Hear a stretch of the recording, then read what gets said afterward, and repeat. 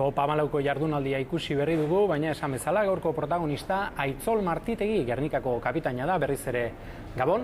Gabon, bai. Eta ongi etorri. Eskerrik asko. Ikusi dugu Top 14ko jardunaldia, bikainari da Baiona, badirudi Biarritz Olimpik ere poliki bat horrela goruntz, eta ikusi duguna da ostikoetan, agetako ostikoetan bikainari direla. Gernikari horixe falta zaio, hasiera honetan, ostiko horietan gaizki ari zarete. Bai, horrela da, ikusi da azkenengo urte hauetan, ostikoak garrantzia handi hartu dela Rubian, eta guk iaz arazo handia ikusi genituen agetako jaurtiketetan, eta urtean ikusten da bide beretik goizela, ezta. Entrenatzen ari gara oso gogor, arazotxo hori ganetik entzeko, baina ikusten da bai horrezko mailan, bai Top 14an, agetako jaurtiketak garrantzia handia daukatela, eta ikusi ere dago, horrezko mailako beste talde guztiek ez dutela hutsik egiten, ezta.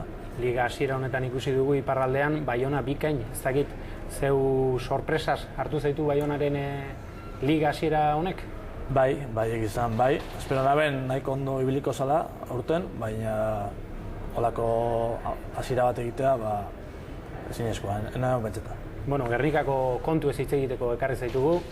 Denok espero genuen zerbait gehiago hasiera honetan, iazko denboraldia ikusita, egin dituzuen fitxaketak ikusita. Ez dakit, bi partida, bi porrot, ez da balantze ona. Ez, bat ere ez, argi dago jakin genduen aurtuan hasiera gogorra izango zela, lagun arteko bat baino ez dugu jokatu, da hori taldean horrenbeste fitxaketa barri egon ostean, zaila da ensamblatzea jokalari guztiak, ezta. Ordizin partida hor uki genduen, puntu bi gaitxik galdu genduen, azkenen arte aurre hartzeko mogen egon ginen, baina bera-beran ikusi da guztiz kontra gazta, taldean nola esan ibilia eta joko falta handiarekin. Bi euskal derbi eta ikus dezagun, hain zuzen ere, azkenengo derbian esan bezala Aitzolek bera-beraren aurka, Gernikak etxean galdu egin zuen, ikus dezagun, kronika. Pegamo bera izan da Arantza atera duena bigarren euskal derbian. Bizkaia Gernikari berriz ondo barruan geratu zaio Arantzori, Altamiran Orbiziaren aurka galtzea bat da, eta oso bestelakoa bera-beraren aurka Urbietan galtzea eta galdu zuen bezala galtzea gainera.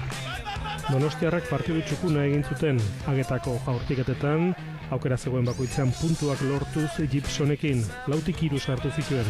Gernikarrak ez zuten oso argi izan nola jokatu, denetik saiatu zuten, baina asmatu ez. Albokoetan, negargarri etxekoak eta uztartzeetan ere, Pegamo bera-bera gehiago izan zen, hala etorri zen Arbelaitzen entxegua. Bigarren zatian, indarka, Gernika saiatu zen partidori buelta ematen. Entxegu bat ere sartu zuen Williamek. Gernikaren bakarra izan zen ordea, tajo handirik gabeko jokua egin zuen bigarren zatian. Gasie frantziarrak agetako jaurtiketetan bat sartu zuen, baina beste lau ez, hor egon zen koska. Ikusi dugu azken derbian pasatakoa, Aitzol, zagit galdera erraza da, baina erantzunea adigen zaila. Zer gertatzen zaio Gernikari liga hasiera honetan? Ez dakit, ustot partida falta, ritmo falta, eta joko zuentzaile falta baita, ez da. Ustot behatzi eta marran arteko elkarru lertze falta dagoela oraindik ere, partidu gehiago jokatu beharko dira, hori lortzeko, eta lan egite baino ez da behatzen. Taldea gainera guztiz eraberritu du Gernikak, 11 fitxaketa berri egin ditu, eta Aitzol Martitegi berak aurkeztuko dizkigu fitxaketa berri horiek. Hemen dugu Tom Gallagher, zitzetxekoa, haitxek gurasoak iranezak, eta apertura da magoz jokatzen du. Andoni Oreja, argentinarra, hemen bizidana, eta medio mele jokatzen duena. Rory, euskozesa da, metzi urte ditu, da hiru laurden jokatzen du, ala edo zagero bezala. Duran, Tato, hau jai ezaguna da gehin ontzat, getxon jokatutakoa, argentinarra. Bruno Mercanti, hau ezaguna da, igaz lezabaizan jokatzen zuen, Pilier bezala, eta orduan Gernikara etorri da. Honek hiru frantzesa ditugu hemen, Julien, jokatzen du zagero edo zentro bezala, Vincent, amarra edo zentro bezala bai, eta Mikel Delanoa, hau talonadora da eta ama donostiarra. Rodri, Argentina da baita, 8 edo 7 bezala jokatzen da bena, eta azkenik Nicolás, hau argentinarra eta Pilier bezala jokatzen da bena, edo talonador bezala. Aurten Gernikako bestuarioan pentsatzen dut euskara gutxi entzungo dela. Alde onak eta txarrak izango ditu, fitxaketa berri pila bat, talde egitea koste egingo da gehiago, ez? Bai, da aurton oraindik gehiago, orain arte Argentinarak genituen, bai aurton hiru frantses, eskozes bat, irlandes bat, eta neozelandez bat etorri da, beraz, izkera apurte zaildu egiten da. Norbera arrotz sentitzen da horrelakoetan etxeko taldean? Noizbait bai. Pentsatzen dut zaleek hori kontutan izango dutela, ez? Jokalaria nongoa den, ez horrelakoetan kanpotarrei gehiago eskatzen zaie, edo etxekoi gehiago eskatzen zaie, nola ikusten duzu hori? Ez, nik uste dut kanpotarrei gehiago eskatzen jakina, Etxekoa, etxekoa gara, ondo zainute gauz gure lagunen artetik, baina kanpotik atorren jokalari, horri soldata bat eraten du etxera, eta horreri eskatzeako apurbet gehiago eman behar duela.